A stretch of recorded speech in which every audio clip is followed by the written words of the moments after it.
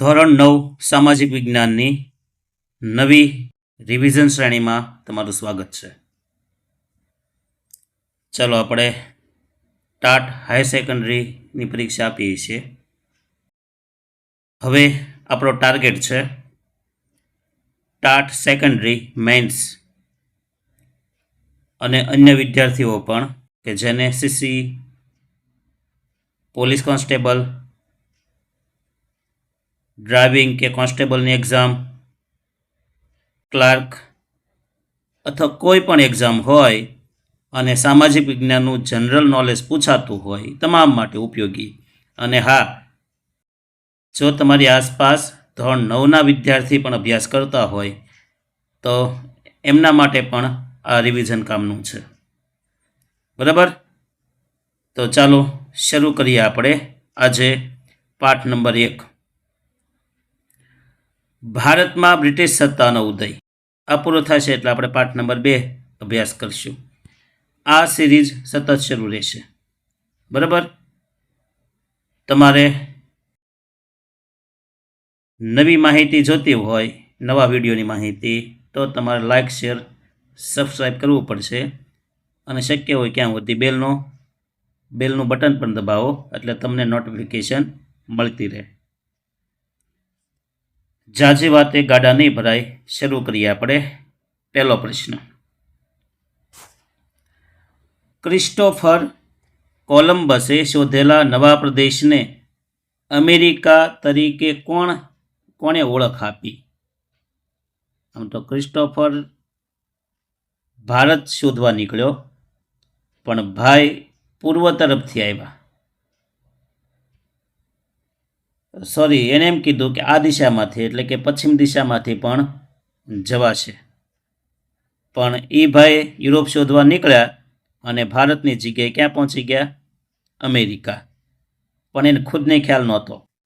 તો ક્રિસ્ટોફરે જે ભારતની જગ્યાએ જે દેશ શોધ્યો એ દેશ અમેરિકા છે એવું કોણે જાહેર કર્યું, ઓળખ આપી? તો અમેરિકા છે ને એવી ઓળખ આપી છે અમેરિગો વેસ્પુચીએ. કોણે? અમેરિગો વેસ્પુચીએ. જો અમેરિકાની શોધ ક્રિસ્ટોફરે કરી, કોલંબસે, પણ નામ કોણે આપ્યું? અમેરિગો વેસ્પુચી. બીજો પ્રશ્ન, ભારત અને યુરોપ વચ્ચેના વ્યાપાર માર્ગના કેન્દ્ર સ્થાને કયું સ્થળ છે? પહેલાં છે ને જળમાર્ગ નહોતો, તો વ્યાપાર માર્ગની વચ્ચે, બરાબર, વ્યાપાર માર્ગ હતો ને એની વચ્ચે કયું સ્થળ પડતું, પોઈન્ટ? તો એ છે ઇસ્તંબુલ, જેને કોન્સ્ટેન્ટિનોપલ શહેર પણ કહી શકાય. અને આ શહેર જીત્યા પછી જ નવો જળમાર્ગ શોધ્યો. એટલે 1453ની પહેલાં અંગ્રેજો યા ઇસ્તંબુલ એટલે કે કોન્સ્ટેન્ટિનોપલ શહેર છે ને એ રસ્તે થઈને ભારતમાં આવતા. હવે જોઈએ આપણે, એકમાત્ર રસ્તો હતો ભારત આવવાનો જમીન માર્ગ, એ છે ઇસ્તંબુલ. એટલે એનો પ્રશ્ન આવશે, જુઓ કે ઈસવીસન 1453માં કોન્સ્ટેન્ટિનોપલ કોણે જીતી લીધું? આ જે ઇસ્તંબુલ શહેર હતું એ કોણે જીતી લીધું? તો જવાબ છે તુર્ક મુસલમાનોએ. કોણે? તુર્ક મુસલમાનોએ. એટલે એક રસ્તો હતો એ પૂરો થઈ ગયો. એટલે હવે કમ્પલસરી જળમાર્ગ શોધવો પડે. ત્યાર પછી જુઓ, પ્રિન્સ હેનરી કોણ હતો? તો પ્રિન્સ હેનરી હતો ને પોર્ટુગલનો રાજા હતો. કોણ હતો? પોર્ટુગલનો રાજા. પછી કેપ ઓફ ગુડ હોપ, ભૂશીરની શોધ કોણે કરી? ભૂશીર એટલે જમીનનો ટુકડો. દરિયામાં જે જમીન જાતી હોય એને ભૂશીર કહેવાય. પણ જમીનમાં દરિયો જતો હોય, પાણી જતું હોય એને અખાત કહેવાય. તો કેપ ઓફ ગુડ ઓફ ભૂશીરની શોધ કોણે કરી? તેમાં આવશે બાર્થોલોમ્યુ ડાયસ. જો વાસ્કો દ ગામા નહીં, વાસ્કો દ ગામા તો ત્યાં આવ્યો હતો અને તેની સારી આશા બંધાણી હતી. સ્પેનના રાજાની મદદથી નવો જળમાર્ગ શોધવાની સાહસ યાત્રા કોણે આરંભી? તો આવશે ક્રિસ્ટોફર કોલંબસે. જો સ્પેનના રાજાની મદદથી નવો જળમાર્ગ શોધવાનું સાહસ કોણે કર્યું? ક્રિસ્ટોફર કોલંબસે. પછીનો પ્રશ્ન, કોલંબસે શોધેલા નવા પ્રદેશની સ્પષ્ટતા કોણે કરી? તો હમણાં જ જોયું આપણે, અમેરિગો વેસ્પુચીએ. એટલે અમેરિકાની શોધ કોણે કરી? કોલંબસે. નામ કોણે આપ્યું? અમેરિગો વેસ્પુચીએ. ભારત આવવાનો જળમાર્ગ કોણે શોધ્યો? તો ભારત આવવાનો જળમાર્ગ આપને ખબર જ છે, વાસ્કો દ ગામાએ. પણ ક્યારે? તો કે 1498માં. જો અહીંયા યાદ રાખજો, 1453માં કઈ ઘટના બની? ઇસ્તંબુલ શહેર બંધ થયું, બરાબર ને? ઇસ્તંબુલ શહેર શું થયું? બંધ થયું. તુર્ક મુસલમાનોએ જીતી લીધું. ત્યાંથી આવવાનો જમીન માર્ગ બંધ થયો.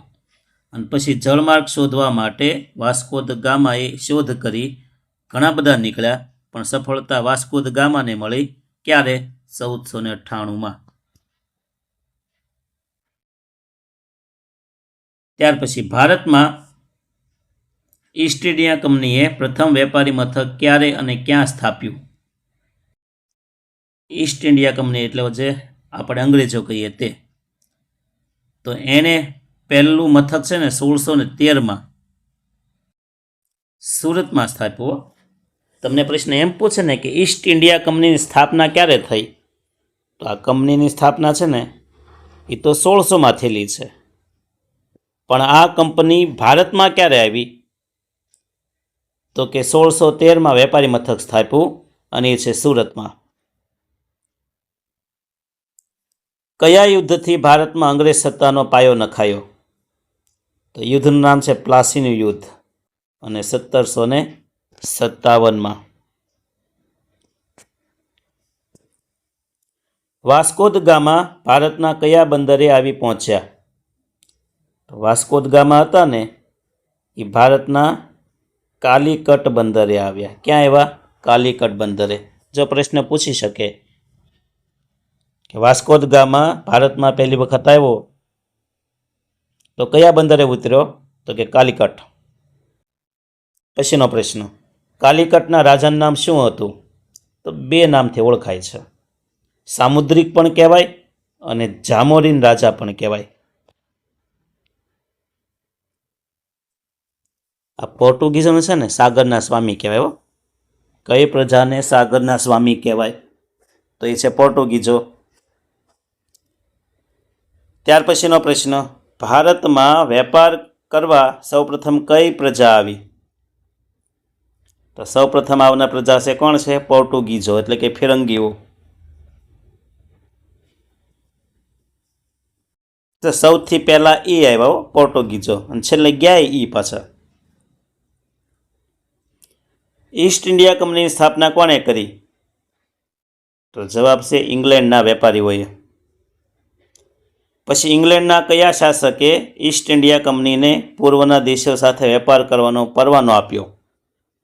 કયા રાજા છે? તો એ રાજા નથી પણ રાણી છે, રાણી ઇલિઝાબેથે.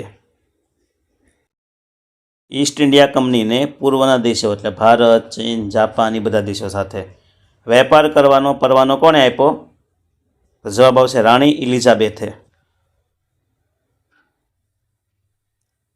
પછી ઈસ્ટ ઇન્ડિયા કંપનીનું પ્રથમ વહાણ કોની કપ્તાની હેઠળ સુરત આવ્યું?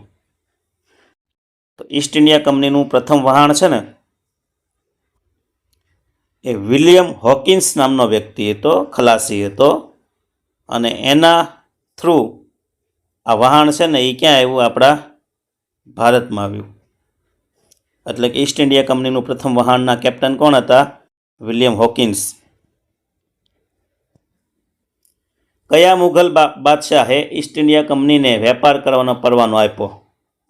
જો સુરત તો આવ્યું, પણ ત્યાં પરવાનગી કોને આપી? તો જહાંગીરે. કોને આપી? જહાંગીર. પછી બંગાળના નવાબનું નામ શું હતું? તો બંગાળના નવાબ હતા, બંગાળના રાજા હતા સિરાજ ઉદ્દૌલા.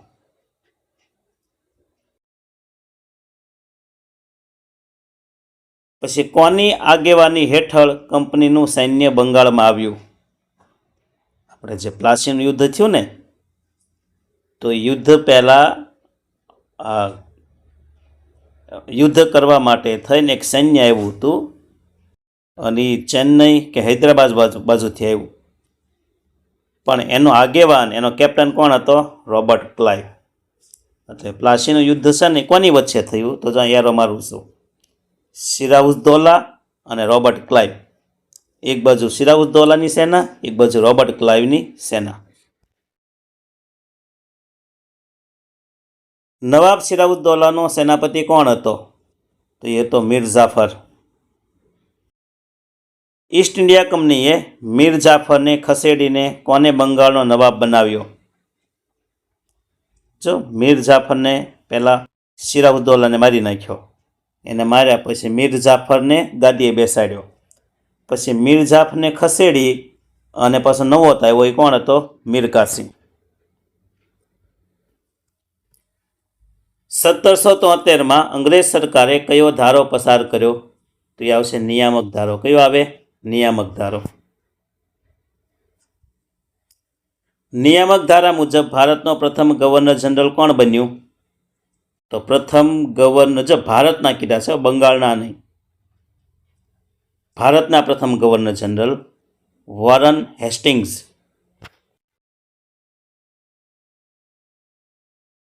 મૈસૂરનો વાઘ તરીકે કોણ ઓળખાય? તો ખબર જ છે, Tipu Sultan. Governor general sir John શોરે કઈ નીતિ અપનાવી? જો આ તો યાદ રાખજો, સર જ્હોન શોર કઈ નીતિ અપનાવી? તો એ આવશે તટસ્થતાની નીતિ. કઈ આવશે? તટસ્થતાની નીતિ. પછી ગવર્નર જનરલ વેલેસ્લીએ કઈ યોજના દાખલ કરી? તો આવશે સહાયકારી સૈન્ય યોજના. સહાયકારી યોજના પણ કહેવાય. કઈ યોજના મીઠા ઝેર સમાન હતી? તો એ છે સહાયકારી સૈન્ય યોજના. કયા ગવર્નર જનરલે નેપાળ સાથે યુદ્ધ કર્યું? તો એ છે વોરન હેસ્ટિંગ્સ. પછી કયો ગવર્નર જનરલ ઉદાર ગવર્નર જનરલ સંત તરીકે ઓળખાય છે? ઉદાર. તો એ છે વિલિયમ બેન્ટિક. કોણ આવશે? William Bentinck. કયો ગવર્નર જનરલ ઉગ્ર સામ્રાજ્યવાદી માનસ ધરાવતો હતો? ઝડપથી ઈસ્ટ ઇન્ડિયા કંપનીનો ફેલાવો કરવો છે, શાસન કરવું, એવું કોણ માનતો? તો એ છે ડેલહાઉસી. કયા ગવર્નર જનરલે જીત જપ્તી અને ખાલસા નીતિ અપનાવી? ચાલો, જીત જપ્તીનો અર્થ કાંઈ નહીં, પણ ખાલસા નીતિ આવડે એને તો યાદ જ રાખવાનું, ડેલહાઉસી. કોણ આવશે? ડેલહાઉસી. કયા ગવર્નર જનરલના સમયમાં ભારત અને ઇંગ્લેન્ડ વચ્ચે તાર વ્યવહાર શરૂ થયો? તો એ પણ છે ડેલહાઉસી જ તે. કયા ગવર્નર જનરલના સમયમાં ભારતમાં જાહેર બાંધકામ ખાતાની સ્થાપના થઈ? જાહેર બાંધકામ કરવાની સ્થાપના, ખાતાની સ્થાપના ડેલહાઉસીના સમયમાં.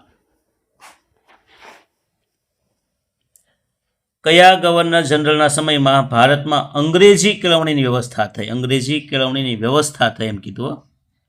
તો એ છે ડેલહાઉસી.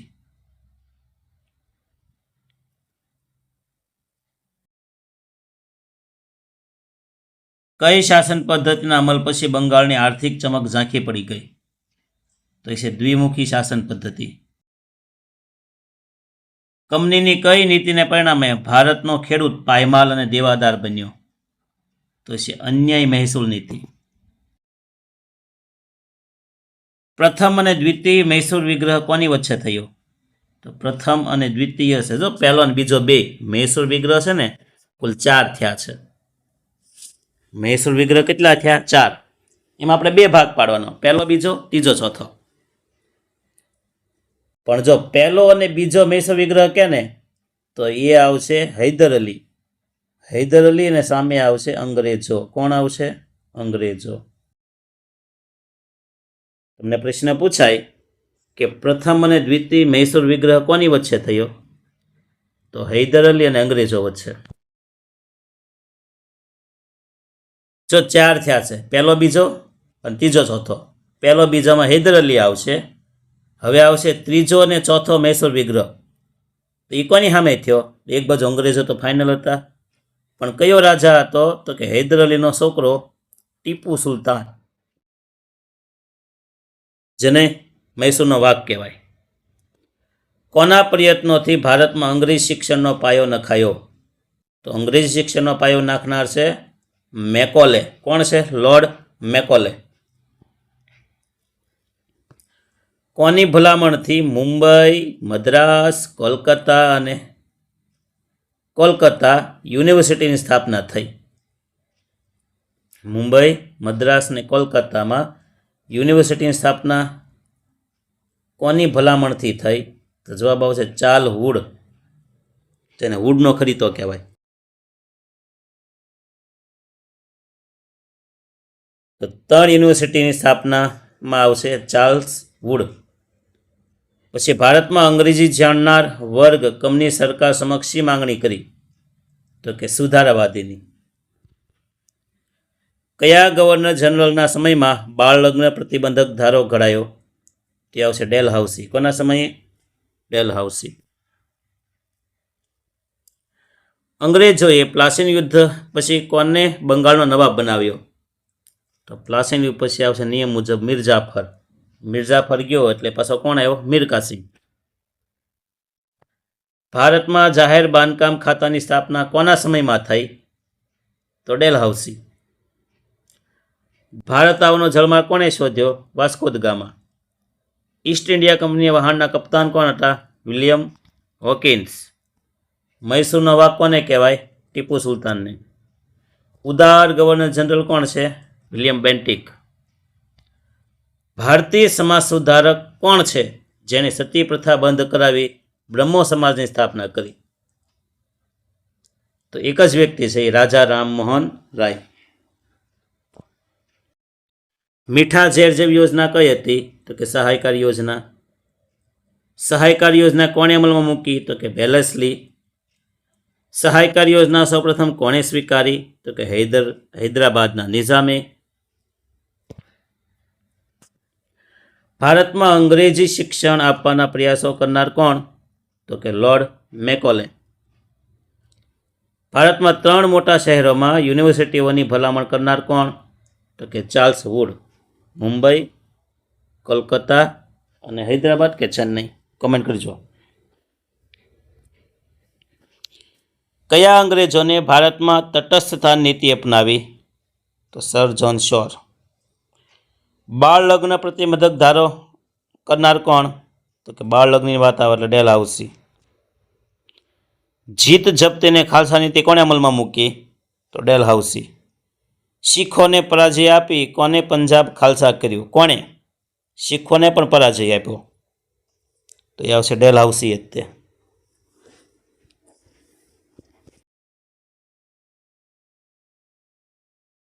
ચલો મિત્રો, હવે જોઈએ આપણે મહત્વના કેટલાક પ્રશ્નો જે કન્ફ્યુઝન કરે એવા છે આ પાઠની અંદર. જો આમાં વાત છે, બધા ગવર્નરની વાત છે. પ્રથમ ગવર્નર, પ્રથમ ગવર્નર, પ્રથમ ગવર્નર, પ્રથમ વાઇસરોય, પ્રથમ ગવર્નર અને પ્રથમ અને અંતિમ ગવર્નર. તો આ છે શું એની વાત કરીએ. તો પહેલો ભારતના નહીં પણ ખાલી બંગાળના ગવર્નર હતા. તો પ્રશ્ન એ છે, બંગાળના પ્રથમ ગવર્નર કોણ હતા? તો કે રોબર્ટ ક્લાઇવ. પછી બંગાળના પ્રથમ ગવર્નર જનરલ, ખાલી ગવર્નર નહીં, ગવર્નર જનરલ કોણ હતા? તો એ આવશે વોરન હેસ્ટિંગ્સ. કોણ આવશે? Warren Hastings. પછી બ્રિટિશ ભારતના પ્રથમ ગવર્નર જનરલ કોણ હતા? તો આવશે લોર્ડ વિલિયમ બેન્ટિક. પછી ભારતના પ્રથમ વાઇસરોય કોણ હતા? તો જવાબ આવશે લોર્ડ કેનિંગ. સ્વતંત્ર ભારતના પ્રથમ ગવર્નર જનરલ કોણ હતા? તો એ આવશે લોર્ડ માઉન્ટબેટન. કોણ આવશે? જો આ બધા પહેલાં હતા ને, આઝાદી પહેલાંના હતા. હવે આઝાદ થયો એની વાત છે, એટલે સ્વતંત્રતાની વાત છે. તો સ્વતંત્ર ભારતના પ્રથમ ગવર્નર કોણ હતા? Lord Mountbatten. હવે અંગ્રેજો તો ગયા, તો ભારતમાંથી પહેલા ગવર્નર જનરલ કોણ? જો અહીંયા એવું સ્વતંત્ર ભારતના પ્રથમ અને અંતિમ ભારતીય ગવર્નર કોણ? તો રાજાજી, એટલે કે રાજગોપાલાચારી. કોણ આવશે? રાજગોપાલાચારી.